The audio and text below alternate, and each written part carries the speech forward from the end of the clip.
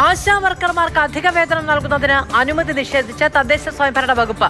മലപ്പുറം ചുങ്കത്തറ പഞ്ചായത്തിന് അനുമതിയാണ് നിരസിച്ചത്.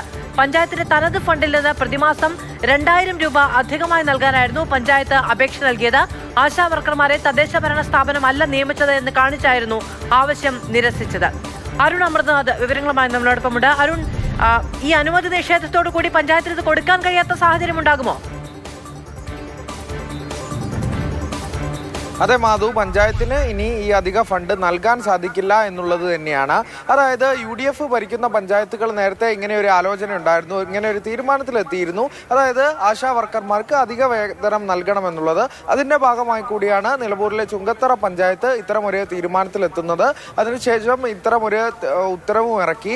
പിന്നാലെയാണ് തദ്ദേശ സ്വയംഭരണ വകുപ്പിൻ്റെ അനുമതി സ്വാഭാവികമായും തേടണം. അങ്ങനെ അനുമതി തേടിയപ്പോഴാണ് തദ്ദേശ സ്വയംഭരണ വകുപ്പ് അനുമതി നിശ്ചയിച്ചത്. ആശാ വർക്കർമാരെ നിയമിക്കുന്നത് പഞ്ചായത്തുകൾ നേരിട്ടല്ല എന്നുള്ളൊരു വിശദീകരണമാണ് നൽകിയത്.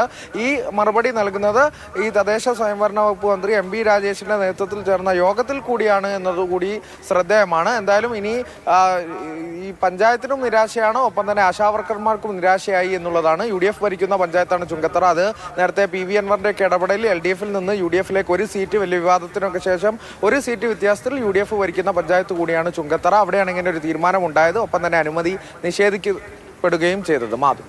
അരുൺ അമൃതനാഥാണ് വിവരങ്ങൾ നൽകിയത്. ചുങ്കത്തറ പഞ്ചായത്താണ് ആശാ വർക്കർമാർക്ക് അധികമായി 2000 രൂപ നൽകാനുള്ള തീരുമാനം എടുത്തത്.